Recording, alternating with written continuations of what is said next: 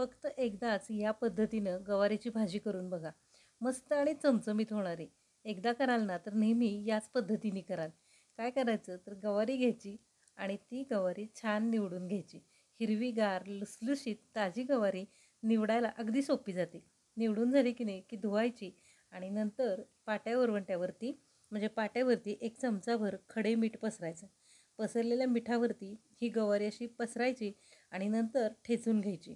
मिठावरती गवारी ठेचल्यामुळं काय होतं तर सगळ्या गवारीला एकसारखं छान मीठ लागतं.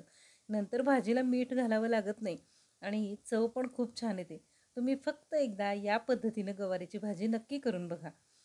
तर मिठावरती अशी ही गवारी ठेचून घेतली. आता थोडंसं मीठ खाली राहिलेलं आहे, त्याच्यावरती उरलेली ही गवारी ठेचून घेऊयात. मला ना ह्या गवारीचं नेहमी वैशिष्ट्य वाटतं. म्हणजे खूप कौतुक वाटतं. म्हणजे अक्षरशः असं तिच्या बाबतीत म्हणावं वाटतं, की अनपढ है तो इतना भाव खाती है, पढी लिखी होती तो कितना भाव खाती. आणि गवार या शब्दाचा हिंदी अर्थ तुम्हाला माहितीच असेल. ₹30 पावशेर कायम मिळणारी आणि कायम चढत्या दराने असणारी. चला आता याच गवारीची मस्त चमचमीत भाजी करूयात.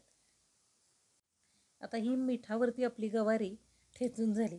आता काय करायचं तर याच पाट्यावरती आपण वाटण तयार करून घेऊयात. वाटणासाठी आपल्याला 10-12 खोबऱ्याचे तुकडे म्हणजे सुक्या खोबऱ्याचे तुकडे लागणार आहेत.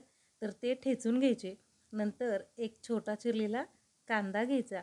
त्या कांद्याचं साल काढून अगदी बारीक चिरून घ्यायचा. म्हणजे आपण जसा पोह्याला चिरतो ना तसा कांदा चिरून घ्यायचा.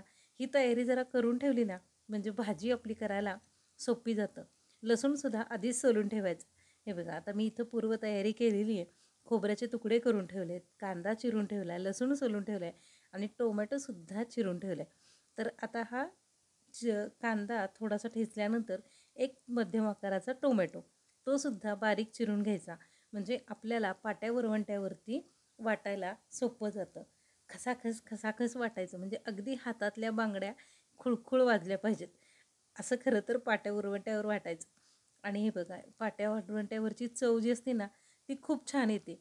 पण थोडंसं जाचतं म्हणून काय करायचं तर असं पाट्यावरती वरवंट्यानं जे काही आपलं सामान आहे ना ते ठेचून घ्यायचं आणि आपलं काम आपल्याच आयडिया चालवून डोकं चालवून सोपं करायचं. तर आता 5 मिनटं लागली मला हे सगळं वाटायला. पण अगदी मेणासारखं मऊसूत हे सगळं वाटून घेतलं. तुम्ही बघू शकता की वरवंट्यावरती वाटलेलं मिश्रण कसं दिसतंय. खोबऱ्याचे थोडे थोडे तुकडे राहतात. पण ते पुन्हा फिरून म्हणजे हे करून घ्यायचे, वाटून घ्यायचे आणि ठेचून घ्यायचे आणि पुन्हा वाटायचे. असं हे सगळं आपल्याला इरून फिरून 2-3 वेळा करावं लागतं. तेव्हा आपलं वाटण तयार होतं. आता कढई तापत ठेवलेली आहे. तापलेल्या कढईमध्ये अगदी अर्धा चमचा तेल घालून घेतलं आणि या तेलावरती ही मिठामध्ये ठेचलेली गवार परतून घ्यायची. गॅस मोठा ठेवायचा आणि मोठ्या गॅसवरती 1 मिनिटभर फक्त ही परतवायची.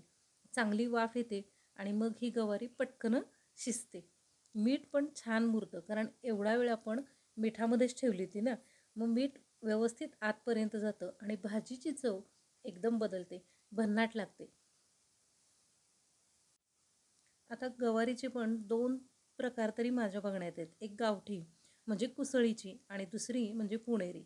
पुणेरी गवार अगदी मोठी असते. त्याला कुसळ अजिबात नसते आणि अगदी आपण कटरने, कात्रीने कापू शकू एवढी मोठी असते. आणि कुसळाची गावठी गवार ती म्हणजे बुटकी असते आणि ती मात्र निवडावीच लागते. त्याला शिरा खूप निघतात. तर दोन्हीपैकी कुठलीही गवार घ्या. आता आपण तेल तापत पुन्हा एकदा ठेवूयात. 1 चमचाभर तेल आणि यामध्ये आपल्याला फोडणी करायची नाही. फक्त हा जो आपण वाटणाचा मसाला तयार केला आहे ना तो घालायचा. तो छान परतवायचा आणि तेल सुटे तोपर्यंत परतून घ्यायचा. याच्यासाठी सुद्धा आपल्याला 1-2 मिनिटं जातात.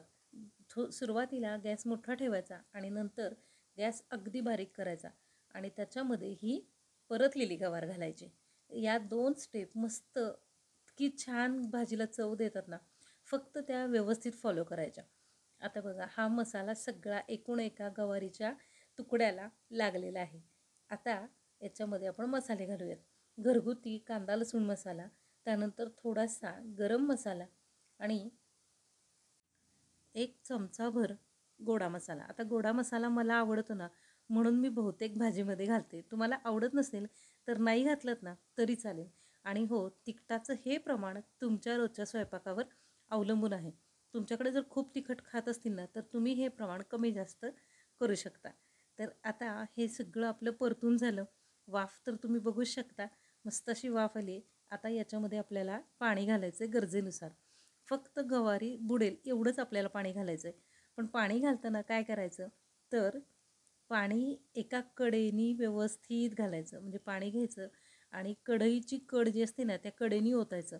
म्हणजे आपला जो कट आहे ना तो मोडत नाही, वरचा तवंग जात नाही. म्हणजे मधोमध पाणी ओतायचं नाही. आता बघा बरं कशी मस्त टेस्टी दिसायला लागली की नाही. म्हणजे टेस्टी लागेल तर, पण दिसायला पण छान दिसते. आणि खरं तर कुठलाही पदार्थ पहिल्यांदा नजरेने खाल्ला जातो, नंतर वासाने खाल्ला जातो आणि नंतर तो पोटात जातो. बघितल्यानंतरच खावीशी वाटेल अशी ही गवारीची भाजी. कशी वाटली ना नक्की कमेंट करून सांगा.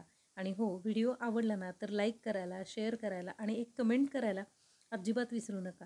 तुमच्याकडे या पद्धतीची भाजी करतात का?